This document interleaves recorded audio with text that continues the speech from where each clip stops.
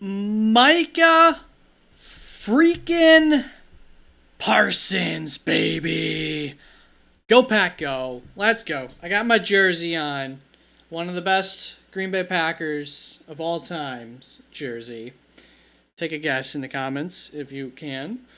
It's the number 27. That'll be your hint. I could give you a better hint. It's a running back. All right. If you're watching this in the future, just fast forward ahead a little bit unless you want some news and notes. Those will be coming shortly. Otherwise, just, look for the draft to start filling in, and then you know that it has started. We'll give a little bit of time before we start, so I'll cover the news and notes and just give people a chance to get in here because usually it gets busier the longer that we're in here.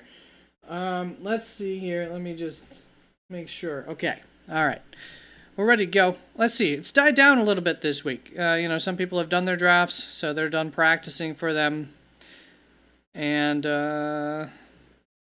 we'll see. We'll see if it's busier or not tonight. It might determine if I go live tomorrow or not as well. So I've got everything up and running. So, news and notes. Well, obviously, there was a big trade. Green Bay Packers defense probably worth taking. Burgos, what's up, Michael? How you doing, my brother? CC, hello. I gotta know my thoughts on the Mike trade. I mean, I love it. Have the Green Bay Packers ever drafted somebody as good as Micah Parsons in the first round? You know what I mean? It's two firsts, probably later firsts too, so that helps. And I'll miss Kenny Clark. Kenny Clark? Yeah. I'll miss him, but, we'll just have to do without him for Micah Parsons. I mean, I love it. I think people are dogging it, but, look, if they could have gotten more for him, they would have taken an offer from a different team. So, obviously, this is about as much as a team's going to pay for, anybody. So, in terms of Dallas' side, they have two young pass rushers that I really like, Donovan Ezeraku and Marshawn Nealand, that, they must like enough that they felt somewhat comfortable. I'm sure that's not the exact reason why they end up trading Micah Parsons, but, maybe that's part of the reason why they don't and get a different edge rusher from us. So I like the future in their edge room to a certain extent. The odds of both of those two being impact players isn't the highest. But for two first rounders, and then Kenny Pickett's going to come in and improve the interior of that defense where they absolutely needed it. Their run defense is instantly going to be better. They're not going to be as good, of a defense overall probably. But for now, they shore up something, and they might be okay enough. It might not hurt them as much as I think people are saying. So for Dallas's side of it, I think it's fine. If that's the best trade you could get, that's the best trade you could get. They painted themselves into this weird corner for some reason. I would have signed Micah an extension a while ago, and it might have been cheaper, but not my team. So, I love it for the Green Bay Packers. Obviously puts them over the edge. Helps them, quite possibly win 2 more games this year. Obviously gives them better odds to actually win the division. And then it's just that playmaker that you need that can help you get to a Super Bowl. Those are the types of pieces that you need to hopefully show up for you in the playoffs in big times. Hey, no problem, Michael. I appreciate you, man. Thanks for stopping in and saying hello. Good luck. You're doing a stream. You're doing a game. So have fun calling the game. Hope it's a fun one to call. And then from the Green Bay side, I love it. Dallas side, it is what it is. Do something with those picks. Make it worth it. Would be my best call. But, yeah. I don't, I'd be upset if I was a Dallas fan, but there's a world where this works out just fine for them. Yeah, guys, like the stream. I appreciate you, Michael. Other news happening today, also, Michael Burgos, CC, if you want. What's your takes on it? A lot of people are out there, worst trade in the world. then there must not have been, they must have turned down some really good offers then to take this one. I wonder why they would have done that. There's just a limit to what teams are willing to trade outwardly to get another player. And he costs a lot of money. Travis Etienne. We'll probably feel that here in Green Bay with some players that we're going to want to resign that we're not going to be able to in coming years. But also come 3-4 years from now, that contract won't look so terrible either on the books. So there's that little push and pull. But over the next 1 or 2 years, there might be a player or two that we're going to not be able to sign. And that'll hurt a little bit. But hopefully Mike Parsons stays healthy. And if he does, I got a feeling it'll be worth it. Travis Etienne coming from Sports Illustrated saying that he's in line to have a bounce back season. He's been working with the ones all off season, which maybe he has, but I've heard reports of other guys also working with the ones, so I don't know. But I might flip Travis Etienne back ahead of Tank Bigsby again because it does seem like maybe the wind's leaning a little bit in his direction, and he's the one who could get, has the receiving upside as well if he's not just strictly the receiving back. So I've had them back-to-back, for a lot of the offseason, and I just might flip them, Etienne and Bigsby. Jalen Coker in play is going to be playing in the slot, according to the Panthers GM. I mean, that's a no, duh. Obviously that's what's going to happen, but yeah, he's somebody, if you want to take late in a draft, can't argue against it. Take a chance on it. I don't think that Panthers offense is going to be something spectacular, so I'm not making it a priority or anything. Let's see, some recent Tyreek Hill injury news. Mike McDaniel says that everything looks great for him to play week 1. So, take that for what it is. Yeah, he has been a little bit unhealthy this offseason. Obviously, there's all the vibe checks that haven't been right, but does look like he'll be there for week 1. Khalil Shakir returned to practice on Wednesday, so that's good for him.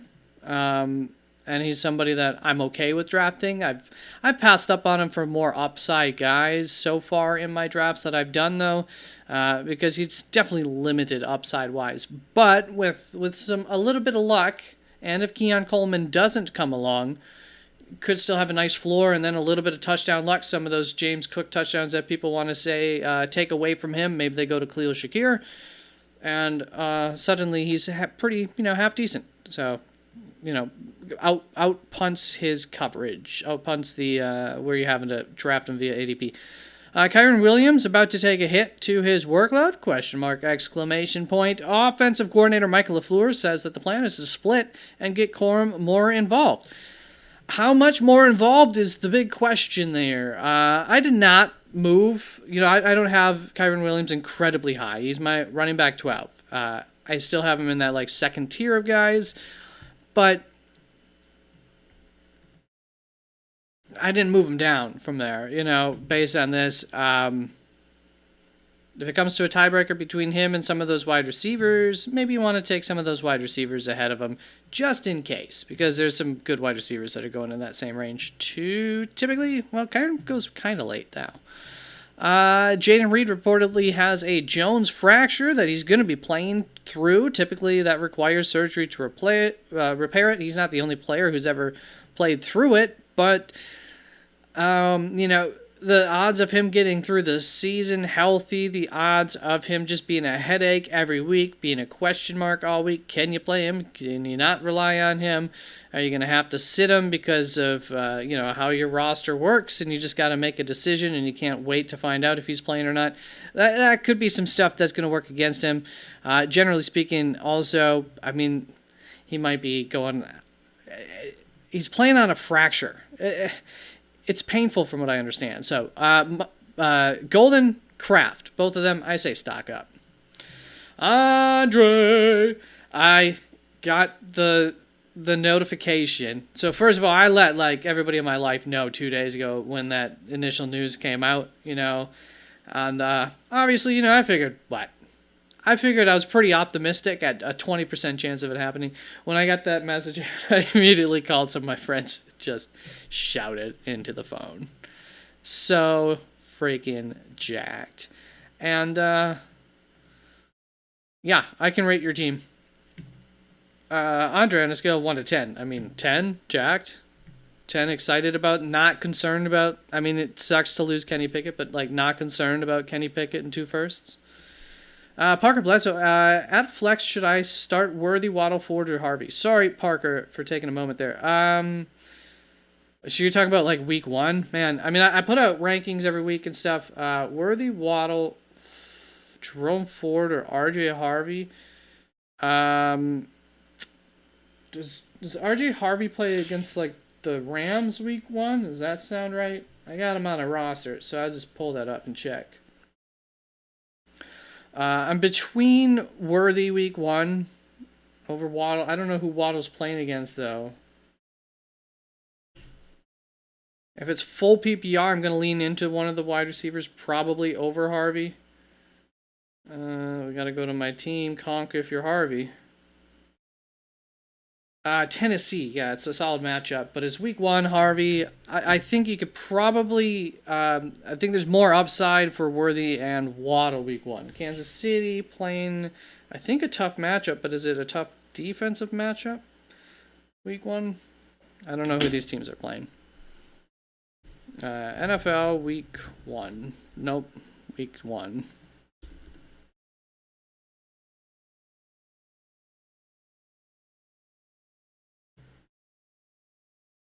This is it. Chargers defense. I want to say you can run against them okay. But we don't care about that. We're passing. Worthy against the Chargers. You know, it could be a higher-ish scoring game. Or Dolphins Colts. I feel like Waddle might be the one projected the most.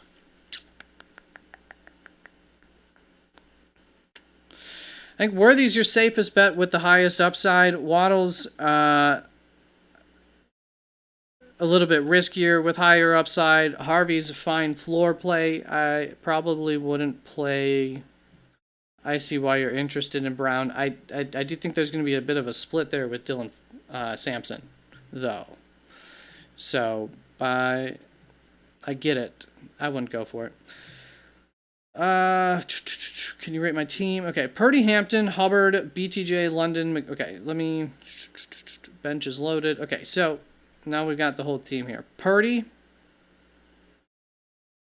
And it looks like you're just going to roll with Purdy, which is a strategy that I agree with. Hampton, Chuba, Monty, Pollard, Javonte.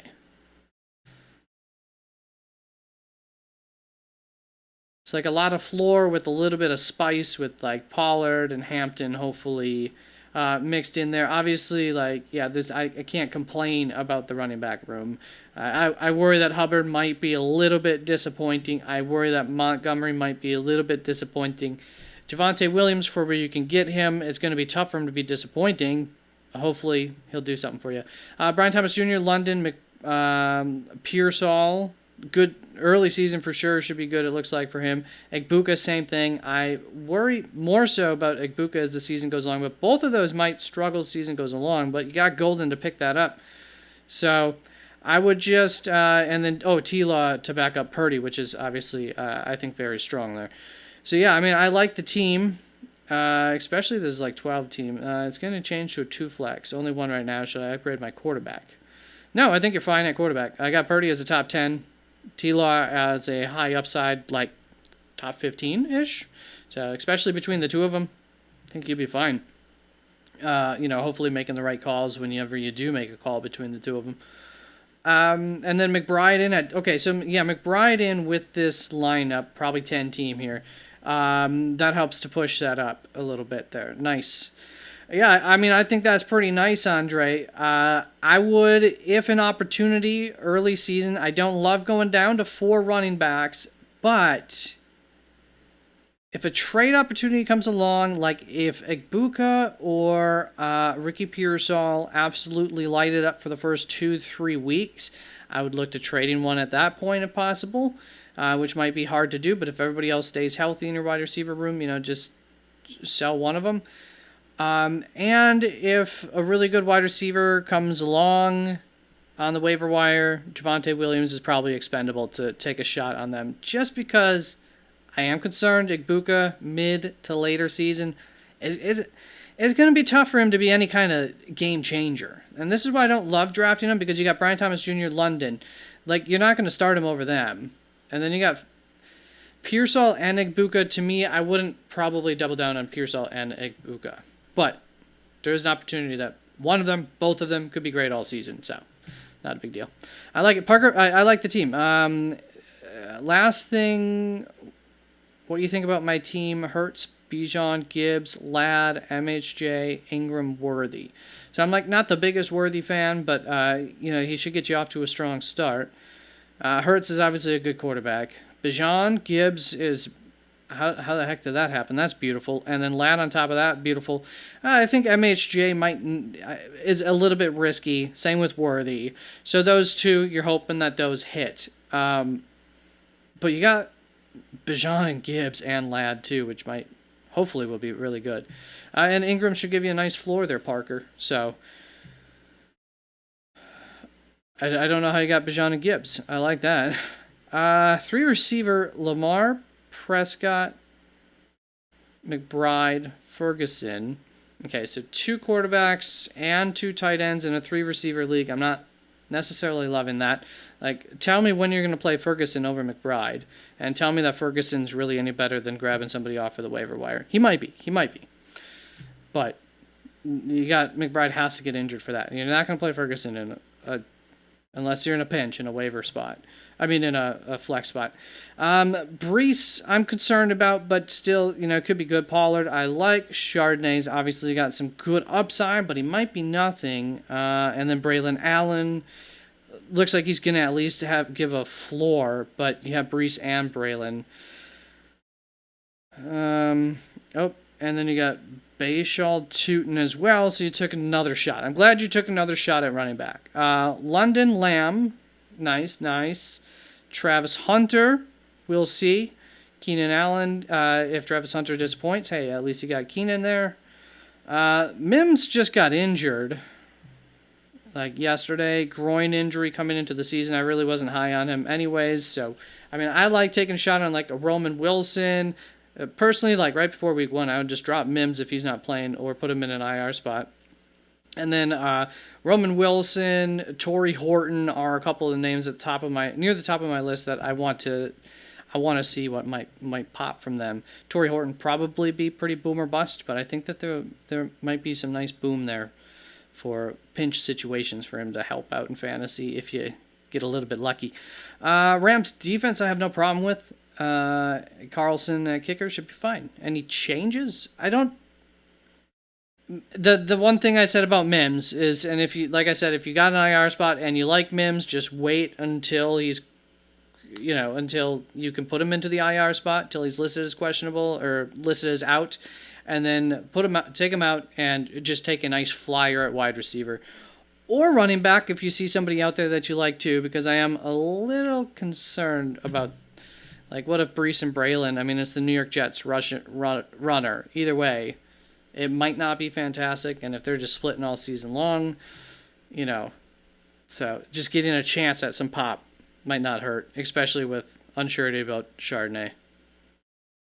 And Pollard should definitely get off to a strong start. All right, bro, let's talk Parsons trade. I already talked about it. Jacobs to the moon?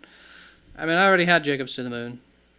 I have him as, like, my running back 7, so, I'm not going to move Jacobs up anymore, but you get a little bit more confident in the fact that they'll be able to run the ball a little bit more, or in a couple more games, they'll be able to run the ball out at the end. Dak, Lamb, Pickens to Saturn. I already had them all to Saturn. Lamb is my second. Pickens I've been high on all offseason. Dak is my QB7, which is also high. So, this just helped my prior takes, Quincy. That's all. This just made my takes have that much more of a chance of hitting. Traded for Gibbs, I see. And so that's probably what I was feeling a little bit on the roster. Like, it feels like it's a little top-heavy, But if MHJ Worthy can hit, then you're in the money. It just takes a little bit of this or that. Because I get lucky with trades and injuries sometimes from my takes. No, I'm kidding. Darnell Mooney returned to practice today, guys, so that's good. Michael Burgos, are you still in here? He is. Anybody? Are you guys gonna come in here, or are we just gonna be going up against bots, Michael and I?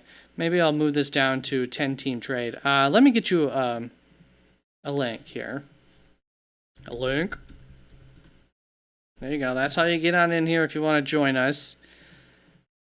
And we'll go down to 10. Let's do full PPR unless Michael wants to speak up on that. Roster settings, fine. Unless somebody wants another flex, another wide receiver in there.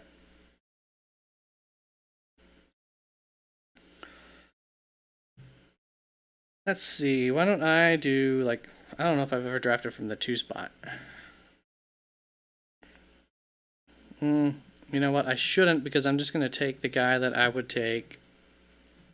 Here, I'll just go right next to Michael.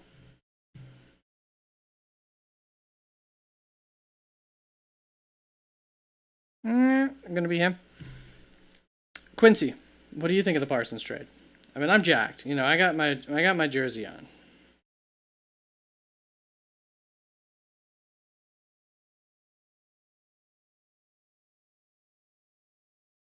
My buddy's texting me throughout his draft, asking for things along the way. Like, my rankings are up on the internet, bruh.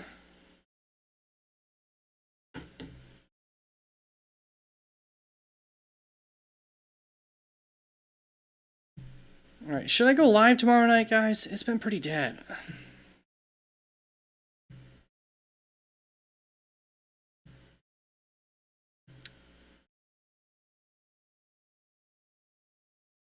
Andre on the 12-teamer. Alright. That's the Hampton, Hubbard, BTJ, London, McBride. So you're drafting at the near the endish, probably, of the round, at least back half of it. Still got McBride, which tends to be a little bit of a deal there at the back of the third. Who was your 4th round pick? Oh, Hampton? Pollard probably after that. No, Hubbard. You get like Pollard 6, 7. I mean, you got a lot of guys that could go 4th to 8th round, like more of them. Yeah, it seems like it's a plus team in general there according to ADP. Like you got a couple of good fallers.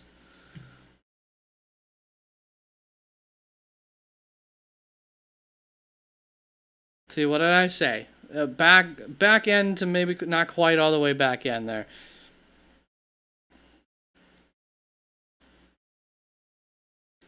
Hey, look at that. I got all that right. BTJ, London, McBride, Hampton, Chuba.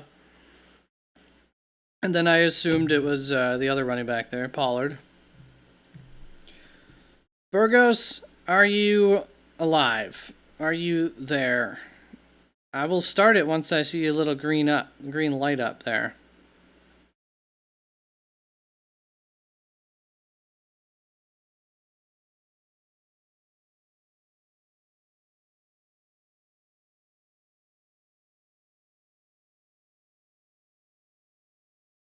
Yeah, they fly off and then they cool down.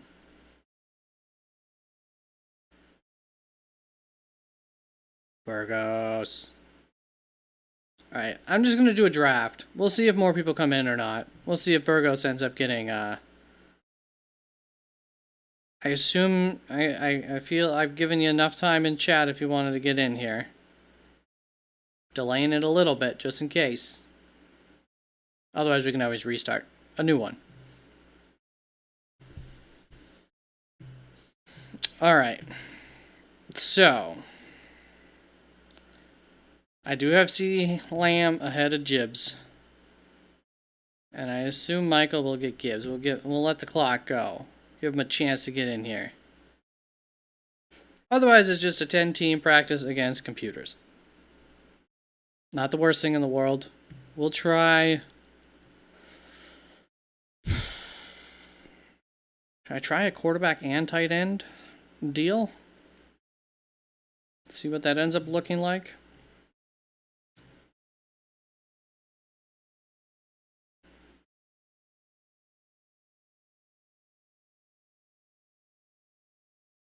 Yeah, once the home drafters get involved too, there's a lot of like a little more of that. Ooh, I think I'll go upside of Drake London over Jacobs. I guess I'm possibly gonna go 0 RB here. We'll see what that looks like. Lad here.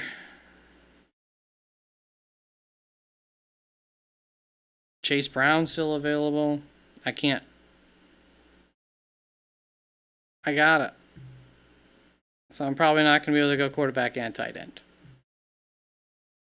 It just doesn't make sense to leave Chase Brown there at that point in the draft. 3 of the quarterbacks gone. Well, I could hope 2 of these teams already took a quarterback, right? What's the odd that both of these guys take another quarterback? 50-50? I'm going to go Kittle.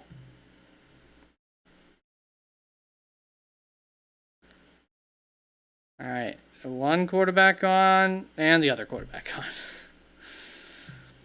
on. We'll take... Do we take the shot on... Let's go upside. Let's just go for the upside here. We got one of those rosters where maybe if things just hit, then we're good. Burgos, you okay with that start? Do you want me to change any of them? I could with the computer picks.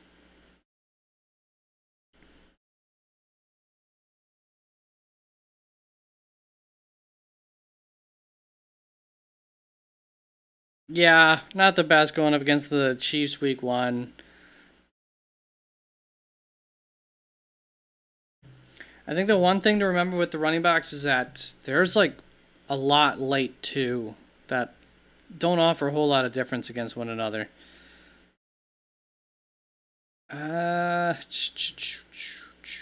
Pickens? Okay. This is a fun roster. It's 10 team. Okay. It's funny the difference between 10 and 12 team. Well, thanks for joining me, Burgos. This is an intimate time in our lives here.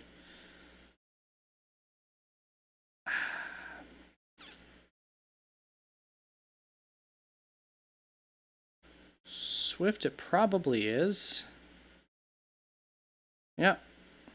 Kind of the last of a tier, actually. Well, I think Tracy makes it into the back end of that tier for me these days.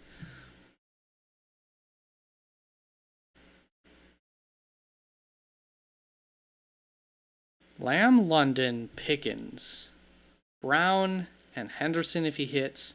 Even if he doesn't, we got Swift to back that up. Give us something nice. Kittle. I do like this. Burgos, BTJ, JSN, McLaurin, McMillan, Tracy, Connor, Gibbs. I gotta say I like mine a little better. But if McLaurin can do what he did last year again, or McMillan can just hit,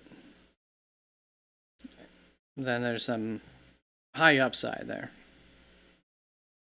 And Gibbs is my RB2.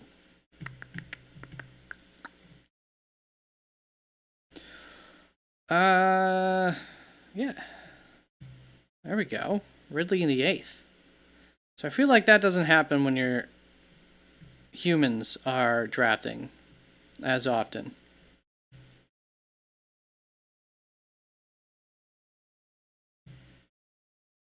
Can probably push off. You know what? We'll play it safe because Dak does tend to go earlier these days. So if I'm in a real draft and I feel good about how my draft started, I'm going to push that there because the running backs, I mean, I can get for a while guys who I feel okay with. And this is 12 rounds.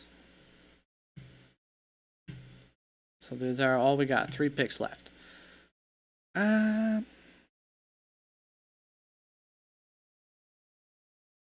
Take one more wide receiver in there. And then probably finish it off with 2 running backs. Oh, Scataboo almost made it. Let's take another upside shot.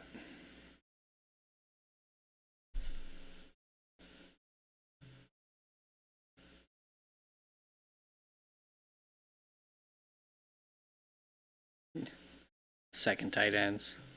Not necessary, computer. You got Kelsey and Laporta, actually. Maybe those two will be better. And,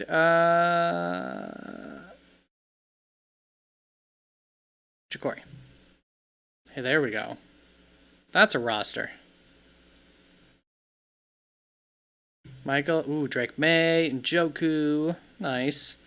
Mason, Tracy, Connor Gibbs, nice. Higgins, Igbuka, nice, nice, nice. Might even feel comfortable putting Igbuka in your flex spot week 1 for upside. I don't know who Washington plays week 1. Michael, do you want to go again? Should we just call it a quick night? Maybe I'll go live tomorrow night. Call it tonight. I don't know. This is like around the time where all of a sudden people might pop in.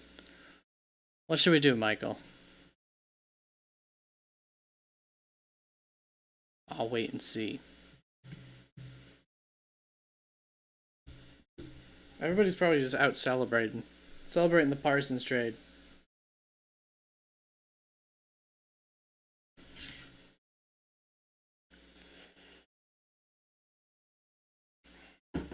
Reggie White all over again, says the article title.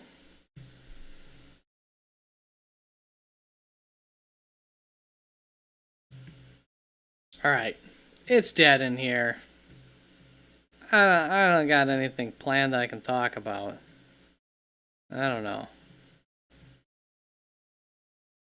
What I could do,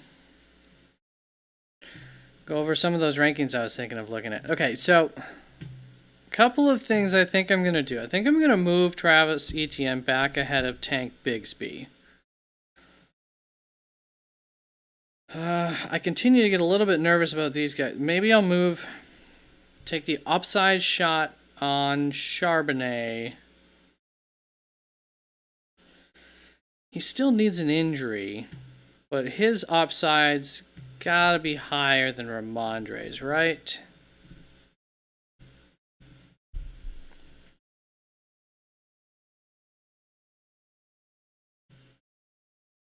Yeah, and then I think the rest is probably okay there. Pretty cool with the rest. I feel like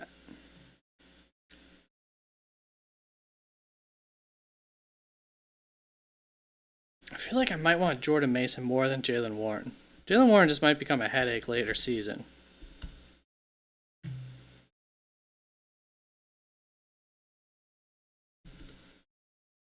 Yeah, Ja'Cory Krosky-Merritt, I want to say I want him more than Jalen Warren. I can't quite pull that trigger. Okay. And then Tank.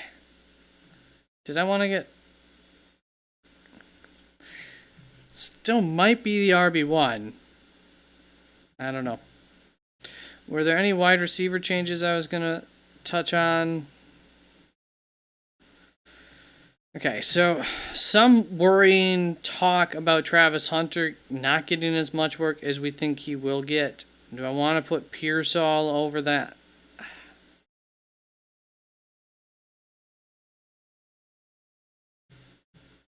Yeah, what was your Andre? What was that team again? Purdy, T-Law, Hampton, Hubbard, Monty, Pollard, Javante, BTJ, London, McBride, Pearsall, Igbuka, Golden. And I think Golden might be your best guy out of that. Even though you might have gotten him the latest. I don't know. I just don't know. This is such a... This group. This should probably just be its own group. Right there. They're so hard to rank amongst each other. So Juwan Jennings seems to actually have a real injury. I mean, we can put Jordan... No, we cannot put Jordan Addison in our IR spot. It's the only thing that kind of sucks. But it's through the first 3 weeks. Should hopefully be okay. Chris Godwin, I keep seeing conflicting reports. I saw him maybe as soon as only 2 weeks missed. And then I saw another report beyond 2 weeks missed. And they're all quotes from like the same freaking people within the Tampa Bay organization. I just don't know what to make of that. Okay, we'll keep that all. It's gonna be all Golden and Kraft. Heck yeah.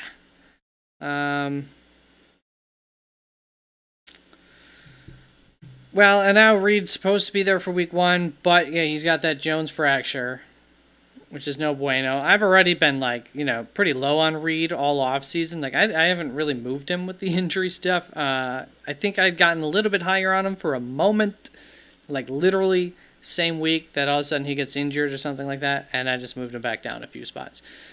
Like I might have had him as an upside shot up around here-ish in that group for literally like 4 days or something. Yeah, the upside from Matthew Golden's so good. Keon Coleman's another guy who goes pretty late, where the news has been really, really positive about him coming out of Buffalo. And then obviously Ricky's going to have a really hot start. And same with Igbuka. The only thing is, like, Igbuka's a rookie. I mean, usually rookies aren't that good until later season. So, like, that just gives me a little bit of pause on him. And then Ricky, hasn't played a whole lot. And he does have 2 other really good receivers, receiving options also. But, there's going to be the growing health of Juwan Jennings, and then later on Brandon Ayuk. That I just wonder if those guys season long are going to end up being worth it. But, rosters change throughout the season. There's absolutely nothing wrong with just getting off to a strong start. And the same with Xavier Worthy. Once they're all healthy, if they're all healthy at the same time this year, I just find them to be a little bit more gadgety. Which makes things interesting, because if Reed goes down, who's the best receiver? Watson, maybe? Well, Watson's going to be out for like all year. No, I think Matthew Golden's just the best receiver on the team. Like, immediately. I don't think there's much question about it, really. But Reed, if Reed ends up going out at some time, tight end Kraft could be really, really valuable at that point. I've been thinking about Tet McMillan over Jameson Williams. It's just the same thing. He's a rookie. Jameson Williams, there's some upside. I've been low on him all offseason-ish. And Tet, I want to get like higher on. I don't know. Andre, what do you think? Tet or Jameson Williams? Tet's also got that injury thing going on right now. That's probably why I have him down. Has he started practicing yet?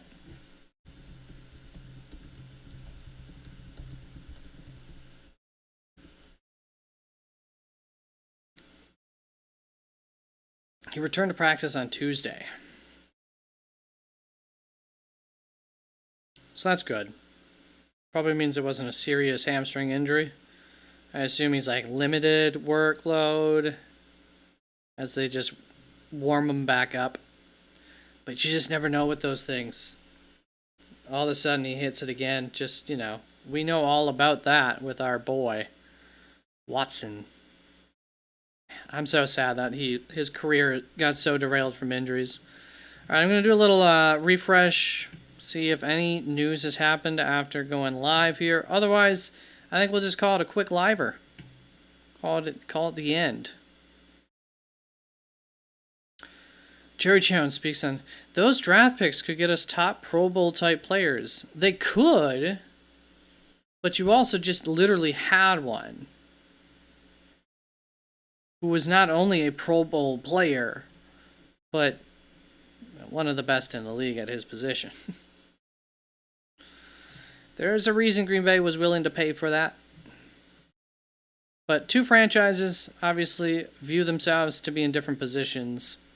I don't hate the trade from Dallas's point of view. All right. Anything else, Andre? Anybody else? Otherwise, looks like it's going to be an early night. It's like a lot of people have been getting their drafts in and don't feel the need to get any more practice.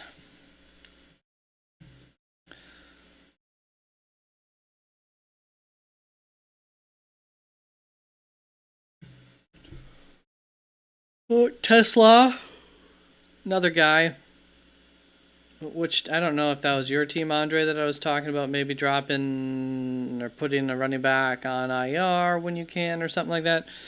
Tesla would be another guy you could pick up before week 1. See what comes of it. All right. That'll be it. Peace out. Have a good one. Au revoir.